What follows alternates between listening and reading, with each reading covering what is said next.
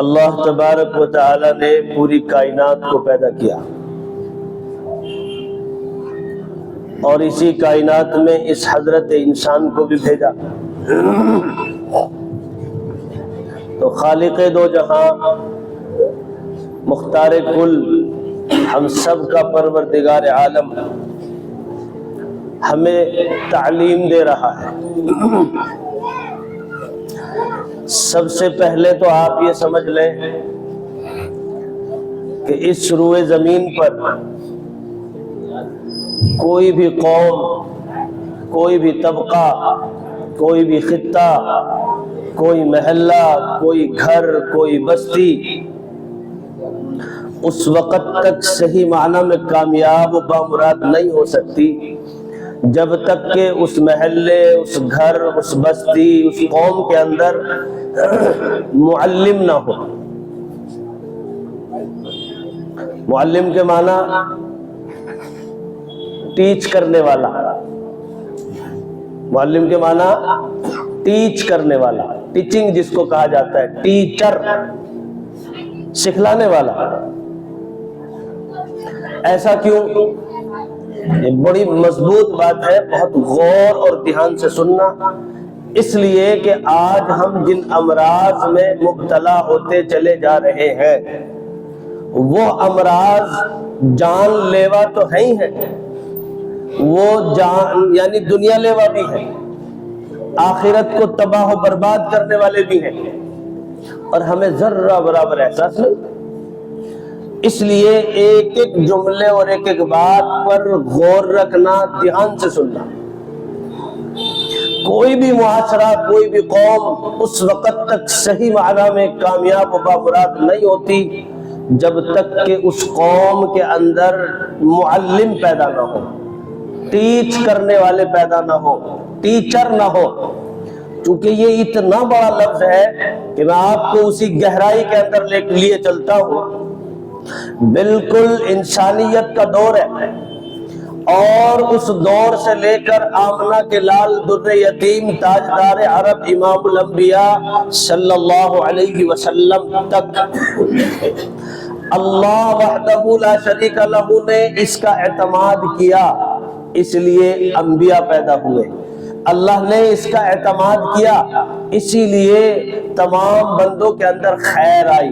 سب سے بڑا معلم اول تو اللہ. کون ہے بھائی؟ اللہ.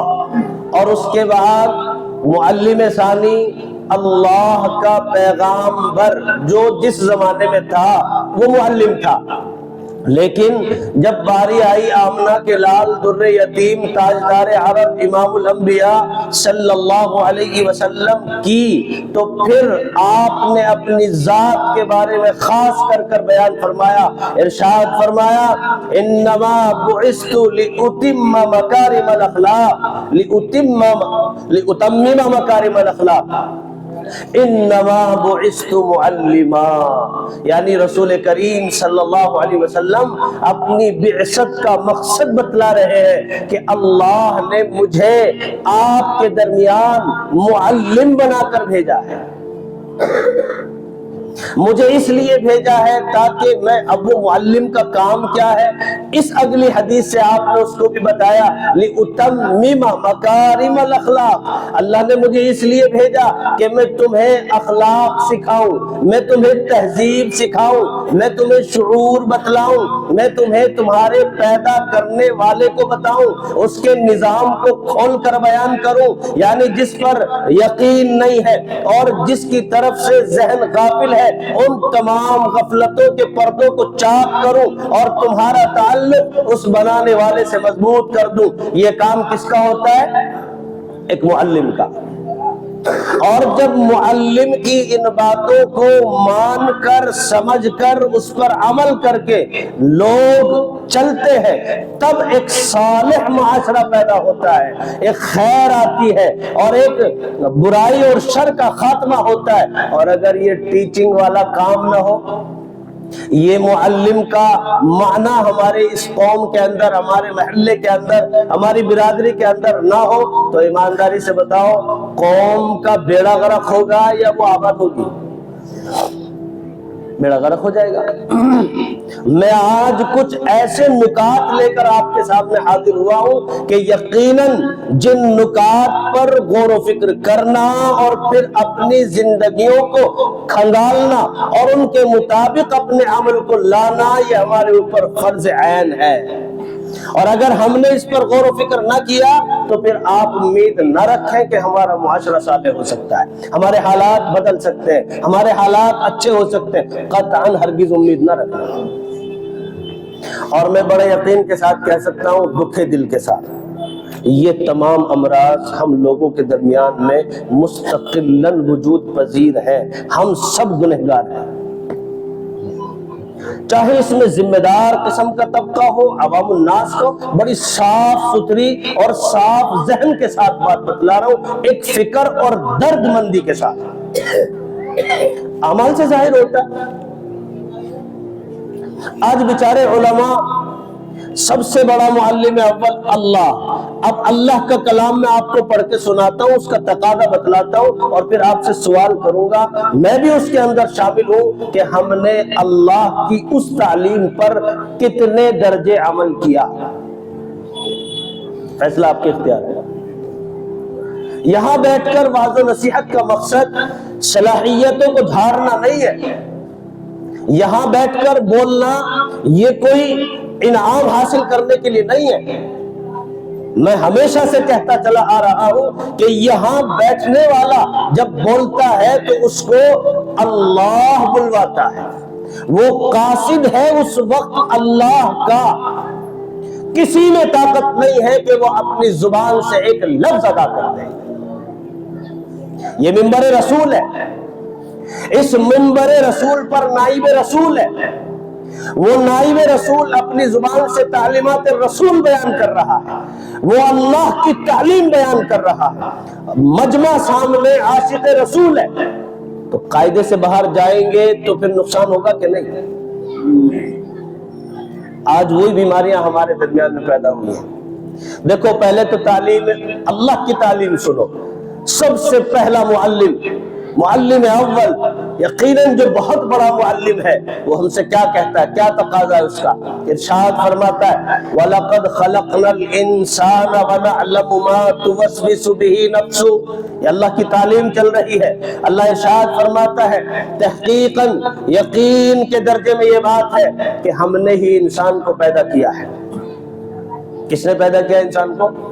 اللہ نے۔ یہ تعلیم ہے۔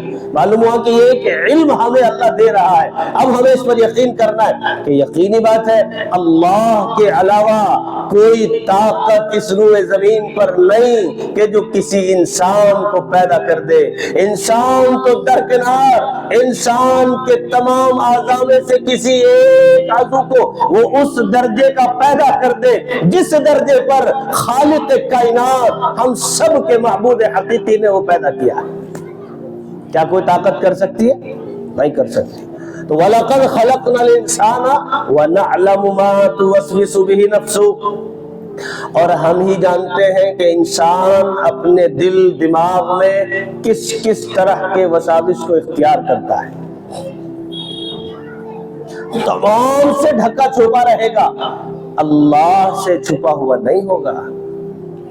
ہم اپنے ذہن میں کیا لیے گھوم رہے ہیں، کس کے بارے میں ہم نے کیا گمان باندھا ہوا ہے، کیا ہماری پلاننگیں چل رہی ہیں، اللہ جانتا ہے۔ کیا ہم پروپیگنڈا کر رہے ہیں، کس نیت سے ہم کس کے سامنے پیش ہو رہے ہیں، اور کس نیت سے ہم کس کی توہین کر رہے ہیں، ساری باتیں اس کے اندر داخل ہے، اللہ جانتا ہے۔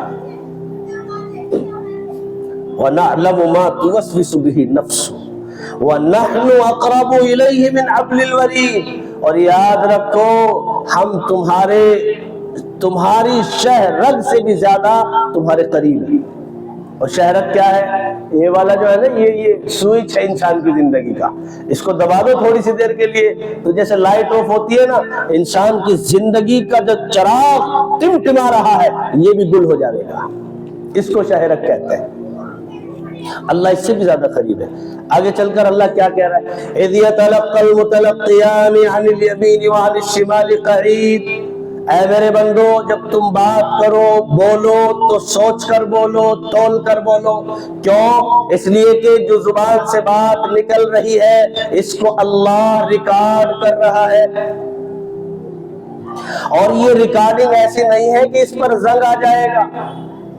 یہ ریکارڈنگ نمبر 2 کی نہیں ہے، یہ دنیاوی ریکارڈنگ نہیں ہے کہ اس میں چھیڑ چھاڑ کر دی جائے گی۔ یہ اللہ کی ریکارڈنگ ہے، اس کی پلاننگ بڑی عجیب ہے، اس میں ذرہ برابر کاٹ چھاٹ نہیں ہو سکتی۔ اور آج ہم بہت غفلت میں وقت گزار رہے ہیں۔ یاد رکھیں زمین کی پشت پر جس موقع پر جہاں جیسے جس حالت میں ہم نے کوئی عمل کیا، چاہے وہ اچھا چاہے وہ خراب، اللہ تعالیٰ اسی حالت میں اسی نقل و حرکت کے ساتھ قیامت میں مکمل ویڈیو کیمرہ اور فلم چلا کر دکھا دے گا۔ میں نہیں کہہ رہا اس بات کو، ذرہ برابر میں سمجھنا، قرآن کہہ رہا ہے، میں تو ایک ذریعہ ہوں بیان کرنے کا، اللہ کے کلام کو آپ تک پہنچانے کا۔ اب اگر آپ مجھ سے محبت کریں گے تو ظاہر ہے کہ یہ اللہ کے کلام سے محبت ہے، مجھ سے نفرت کریں گے تو ظاہر ہے کہ یہ اللہ کے کلام سے نفرت ہے، اور جو اللہ کے کلام سے نفرت کرنے والا ہے اللہ کا اس کے ساتھ اعلان کھلا ہوا جنگ کا اعلان ہے، وہ تیار ہو جائے اللہ سے جنگ کے لیے۔ اور میں یہ نہیں کہہ رہا، میں اس لیے اس طرح کا جملہ استعمال کر لیتا ہوں چونکہ زیادہ دور جانے کی ضرورت نہیں ہے، انسان اپنی ذات پر غور کر لے، اور چونکہ اسے اپنی ہی ذات پر غور کرنے کا حکم ہے، دوسرے کی ذات پر غور کرنے کا قطعی طور پر کسی کو حکم نہیں ہے۔ تو آپ یہاں رہتے ہیں، میں یہاں رہتا ہوں، میرے کاندھوں پر بھی ذمہ داری ہے، آپ کے کاندھوں پر بھی ذمہ داری ہے، تو بیٹھ کر ہمیں اور آپ ہی کو احساس پیدا کرنا ہے، اور کہیں اگر چوک اور غلطی ہوتی ہے تو بہت صاف ستھرے طریقے سے آپ اس بات کو سمجھ لیں کہ اللہ کے یہاں اس کی بڑی پکڑ ہے، اس کی بڑی پکڑ ہے، اور ہم کر جاتے ہیں غلطی، ایسی غلطیاں ہم کر کے آگے بڑھ جاتے ہیں کہ ہمیں محسوس ہی نہیں ہوتا۔ اب وہ وجہ کیا ہے کیوں غلطی ہوتی ہے؟ اس لیے غلطی ہوتی ہے کہ ہمیں ان تمام باتوں پر یقین نہیں ہے کہ ہمارا عمل ریکارڈ ہو رہا ہے، ہمیں آخرت میں جواب بھی دینا ہے، ہمیں حساب و کتاب بھی دینا ہے۔ یہ یقین جس دن ہمارے اندر پختہ ہو جائے گا، رب کعبہ کی قسم پھر اس طرح کی غلطی ہم سے نہیں ہوگی۔ ایک انسان کسی کی توہین اور بے عزتی کرتے ہوئے سوچے گا کہ تیرا یہ عمل اللہ کے یہاں ایسا ہی دکھایا جائے گا، اور اس پر تیری پکڑ ہے، تیری دنیا بھی تباہ ہوگی، تیری آخرت بھی تباہ ہوگی۔ اگر اس کو اس کا یقین ہوتا تو پھر وہ کسی کی بے عزتی نہ کرتا۔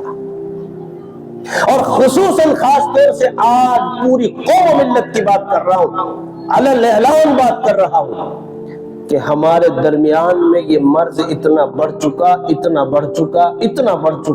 کہ اب بڑوں کی نہیں، گھر والوں کی نہیں، بلکہ امت کا ایک بہت بہترین طبقہ جس کو معلم کا درجہ اللہ نے دیا ہے، ہم اپنے معلموں کی مستقل توہین کر رہے ہیں، ان کو ان کے درجے سے بہت کم تول رہے ہیں۔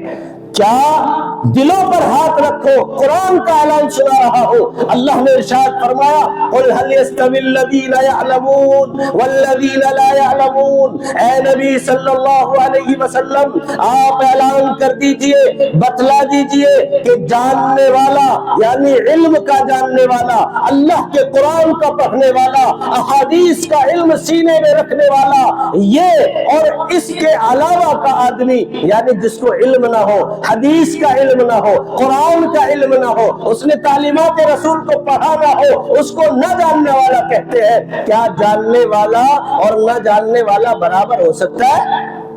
قرآن پوچھ رہا ہے، جواب دیجئے۔ جاننے والے کے برابر نہ جاننے والا ہرگز نہیں ہو سکتا۔ جس طریقے سے دھوپ اور سایہ برابر نہیں، جس طریقے سے رات اور دن برابر نہیں، اسی طریقے سے جاننے والا نہ جاننے والا جاننے والے کے قطعاً برابر نہیں ہو سکتا۔ تو ہم نے سمجھا ہی کہاں ہے؟ کوئی مسئلے کا وقت آتا ہے، کسی عمل کا وقت آتا ہے، عالم کو پیچھے رکھ دیا جاتا ہے، ہم آگے ہو جاتے، فیصلے ہم کرتے، کرو فیصلے، اللہ کے یہاں ریکارڈ ہو رہا ہے، کل قیامت میں انشاءاللہ جواب دینا پڑے گا۔ ہم ذرہ برابر بھی نہیں سوچتے۔ توہین کیسے ہوگی؟ جوتیاں بجا کر توہین نہیں ہوگی، لکھ لیں بات، دل کے نہا خانے پر نقش کر لیں۔ دنیا کی تمام صلاحیتیں اور دنیا کی تمام حیثیتیں خدا کی قسم اللہ کی عطا کردہ حیثیت کے سامنے ہیج ہے۔ اور وہ اللہ کی عطا کردہ حیثیت کیا ہے؟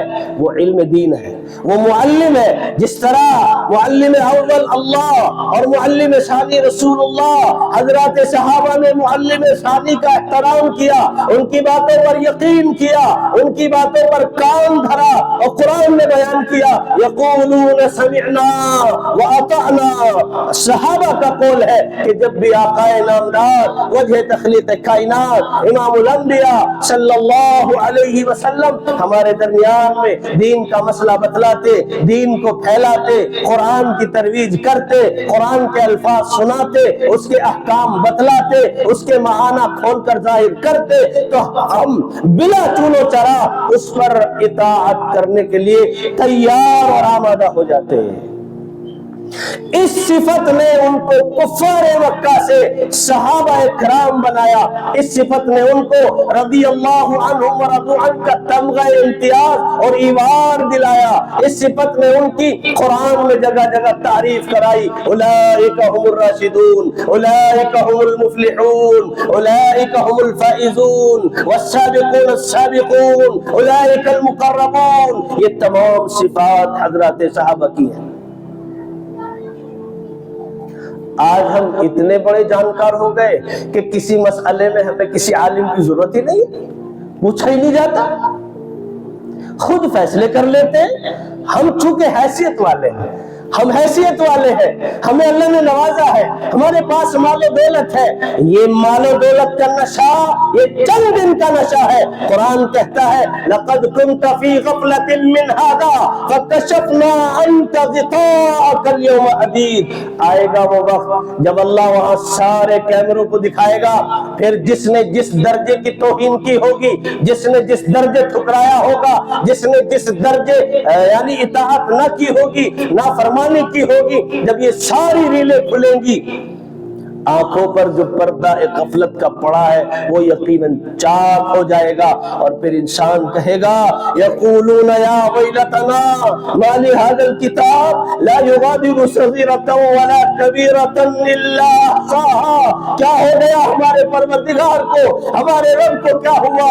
ہم تو سمجھتے تھے کہ یہ بات ڈھکی رہ جائے گی، ہم تو سمجھتے تھے کہ یہ پوشیدہ راز رہ جائے گا، لیکن خدا جانے، اللہ اکبر، اللہ کے تو ایسا دفتر، ایسا نامہ اعمال ہے کہ اس میں تو رتی برابر رائے کے دانے کے برابر نہ کوئی پوشیدہ ہے، نہ چھپا ہوا ہے اور نہ ڈھکا ہوا ہے۔ اللہ نے سب ریکارڈ کر لیا۔ اس لیے میرے عزیز بزرگ دوستو، میری بہت دست بستہ اور بہت ادب اور احترام کے ساتھ پورے مجمع سے نہیں بلکہ عالم میں بسنے والے تمام مؤمنین سے یہ میری درخواست ہے کہ مستشرقین کا پیدا کردہ عمل امت کے اندر جو چل رہا ہے اس سے انشاءاللہ ہمیں کوسوں دور رہنا ہے۔ آج وعدہ کریں، اور وہ عمل کیا ہے؟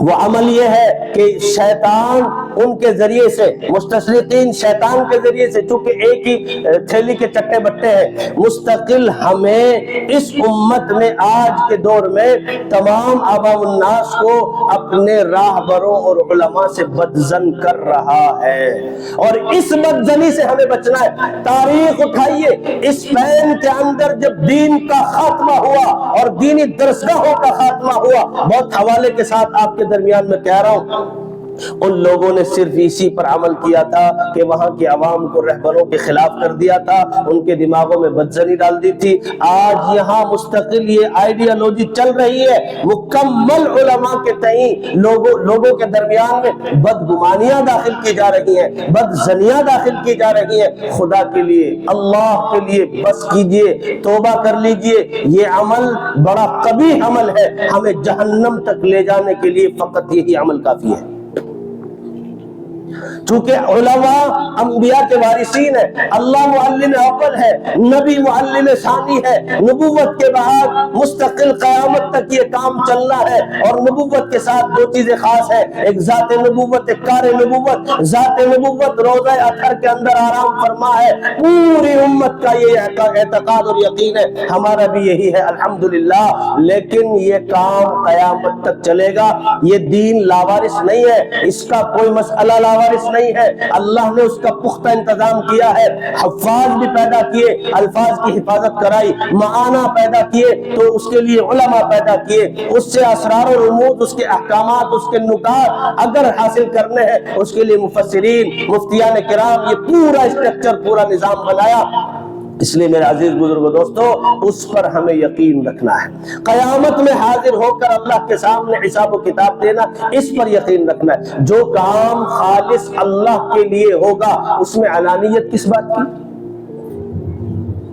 یا تو یہ طے کرے کہ ہم نے دکھلاوے کے لیے کیا ہے، ہم سے اخلاص بالکل ختم ہے، ہم نے واہواہی لوٹنے کے لیے کیا ہے، اگر کیا ہے تو پھر اڑے رہیے، اور اگر اللہ کے لیے کیا ہے تو پھر علانیت کس کام کی؟ پھر ہمیں مستقل رجوع کرنا چاہیے ایک عالم دین کی طرف، وہ قرآن سے، حدیث سے ہمارے لیے کیا لائی ہے عمل بتلاتا ہے۔ جو آئے آمنا وصدقنا، یقولون سمعنا واطعنا، ہماری صفت آمنا وصدقنا، یعنی جو آپ نے بتلایا ہم اس پر یقین رکھتے ہیں اور ہم نے اس کی تصدیق کی۔ یہ ہے قوم و ملت کی آبادی کا ذریعہ۔ یہ بہت گہری باتیں میں آپ کے درمیان میں کر رہا ہوں، اور آج پوری امت اس کا شکار ہوتی جا رہی ہے۔ اس لیے میرے عزیز بزرگوں دوستو، جو تعلیم اللہ کی ہے ہمیں اس کا احترام کرنا ہے، جو تعلیم رسول اللہ کی ہے اس کا احترام کرنا ہے، اور جو ان تعلیمات کے عام کرنے والے ہیں روئے زمین پر اللہ نے ان کے مقام کو بڑا بلند رکھا ہے، تو ہم بھی اس مقام کو بلند سمجھیں، بلند بنائیں، اپنے اعمال سے بنائیں۔ آج یہ محسوس ہونے لگا ہے ان ممبروں پر کھڑے ہو کر تعلیم رسول کو عام کرنے والوں کو، وہ اپنے آپ کو سمجھتے، میں بہت کھل کر کہہ رہا ہوں، آج مستقل 3 لاکھ طلبہ کی کمی آئی ہے مدارس اسلامیہ میں داخل ہونے والوں۔ کیوں؟ اس لیے کہ جو امت کا رویہ علماء کے ساتھ ہے اس سے متاثر ہو کر ان کے والدین طے کر رہے ہیں کہ اب ہمیں اپنے بچوں کو ڈاکٹر بنانا ہے، انجینئر بنانا ہے۔ اگر خدا کی قسم ہم نے توبہ نہ کی اور یہی رویہ بے قدری کا ہمارا رہا تو آگے چل کر آنے والے سالوں کے اندر آپ طے کر لینا اور دیکھنا، میں بھی زندہ رہا، آپ بھی زندہ رہیں گے تو پھر کوئی ہماری جنازے کی نماز پڑھانے والا مستقل ہمیں میسر نہیں ہوگا۔ آج ہم نے علماء کو پیچھے رکھنے کا مزاج بنا، ایک نقطہ بتا کر بات ختم کیے دے رہا ہوں، سنت کا وقت بھی مستقل دینا تھا۔ علماء فقط ایک ہی شکل و صورت میں عوام کے پیچھے رہ سکتے ہیں کہ جب عوام میں سے کسی شخص کا انتقال ہو جائے اور اس کا جنازہ تیار ہو اور ایک عالم دین اس کی جنازے کی نماز پڑھانے کے لیے آئے گا تو اب جنازہ آگے ہوگا اور عالم پیچھے ہوگا، ورنہ 5 وقت اللہ تعالیٰ نماز کے اندر مستقل مشق کرا رہا ہے کہ یہاں عالم، ایک امام، ایک حافظ، ایک قاری سامنے مصلی پر ہوتا ہے، پورا مجمع انجینئر، ڈاکٹر اور فلاح، ایس پی اور ایس ایس پی اور آفیسر، تمام طبقہ وہ امام کے پیچھے نماز پڑھتا ہے۔ جب امت اپنے راہبروں کو اپنی رائے اور مشورے کے بالکل پیچھے رکھنا شروع کرے گی، یاد رکھنا امت اور قوم مردہ ہو جائے گی، اس میں زندگی نہیں باقی رہے گی۔ اس لیے میرے عزیز بزرگوں دوستو، اپنے علماء کو اپنے سروں کا تاج بناؤ، ان کے وقار کو سامنے رکھو، چونکہ وہ معلم ہے، دین سکھلانے والے ہیں، اس سے کوئی انکار نہیں کر سکتا۔ چاہے جتنا بڑا دشمن ہو جائے، سوال کیا جائے گا تو جواب یہی آئے گا کہ دین ایک استاد ہی سکھلا سکتا ہے، ایک معلم ہی بتلا سکتا ہے، معلم کے علاوہ نہیں بتلا سکتا، ٹیچر کے علاوہ دین نہیں سیکھا جا سکتا، یعنی دنیا کا علم بھی نہیں سیکھا جا سکتا۔ بات سمجھ میں آئی ہے کہ نہیں آئی؟ دعا کریں کہ اللہ تعالیٰ تعالی ہم سبوں کو صحیح معنی میں عمل کی توفیق نصیب فرمائے. آمین. وآخر دعوانا الحمدللہ رب العالمین.